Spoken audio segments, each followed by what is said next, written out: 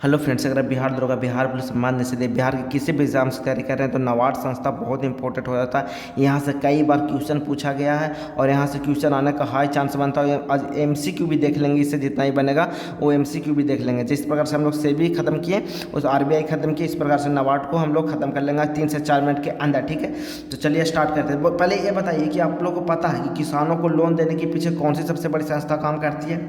नहीं पता है। आज हम बात करेंगे नाबार्ड की, जो भारत की ग्रामीण विकास की बैकबोन कही जाती है, समझे। नाबार्ड का देखिए मुख्य कार्य क्या होता है, किसानों को लोन दिलवाना, ग्रामीण विकास को बढ़ावा देना।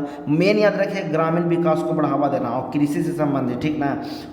और छोटे उद्योग और रोजगार को सपोर्ट करना। चलिए स्टार्ट करते हैं हम लोग। इतना बात जब बोलें तो ध्यान रखिए, इससे एमसीक्यू बनता है। ठीक है, चलिए स्टार्ट करते हैं। नाबार्ड का फुल फॉर्म पूछा गया है कितना बार, national bank for agriculture and rural development. मतलब रूरल मतलब कि ग्रामीण डेवलपमेंट के लिए नाबार्ड का काम है रूरल डेवलपमेंट करना और एग्रीकल्चर को सपोर्ट करना, कृषि लोन देना, ये सब काम है क्या, नाबार्ड का काम है। ठीक है, मतलब ये डायरेक्ट नहीं, हम बताएं ना आप लोगों को कि बैंक को देता है और बैंक जो प्रोवाइड करता है कृषि लोग, किसान लोग को। चलिए ठीक है, आगे देखते हैं। स्थापना कई बार पूछा गया है। नाबार्ड का स्थापना कब हुआ? 12 जुलाई 1982 को हुआ।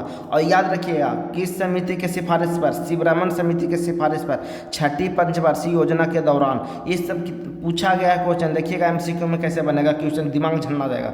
मुख्यालय कहाँ है? मुंबई है। ठीक है, नाबार्ड के वित्त मंत्रालय के अधीन आता है, इंपॉर्टेंट है, इसको याद रखिएगा। नाबार्ड का वर्तमान अध्यक्ष साजी केबी है, साजी केबी है, पूछा गया कितना बार, ठीक ना।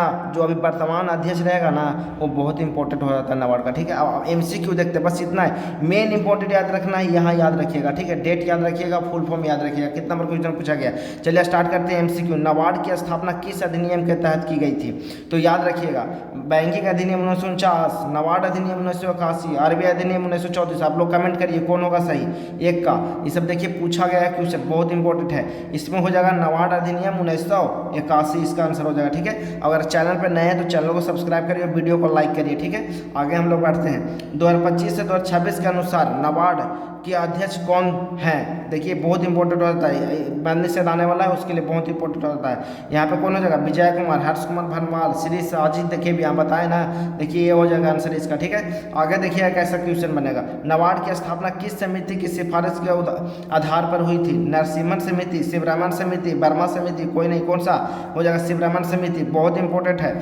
ठीक है, अब यहाँ पे नाबार्ड मुख्य रूप से किस क्षेत्र के विकास के लिए जिम्मेदार है? बता चुके हैं इंट्रोडक्शन में। शहरी बुनियादी ढांचा, ग्रामीण विकास और कृषि, कोई नहीं, कौन सा हो जाएगा? आप लोग कमेंट बताइए, 4 नंबर वाला बताइए तो क्या होगा आंसर, कमेंट बताइए कि शहर मतलब कि नाबार्ड मुख्य रूप से किस क्षेत्र के विकास के लिए जिम्मेदार है, बताइए। शहरी बुनियादी या ग्रामीण विकास और कृषि, या कोई नहीं। 5 नंबर देखिए, नाबार्ड की स्थापना किस, और जो भी सही बताएगा उसको रेड हार्ट दे दिया जाएगा कमेंट में। ठीक है, 5 में देखिए, नाबार्ड की स्थापना किस पंचवर्षीय योजना के दौरान हुई है? तो 5वीं, 6वीं, 3री, 9वीं, कौन सा हुआ है?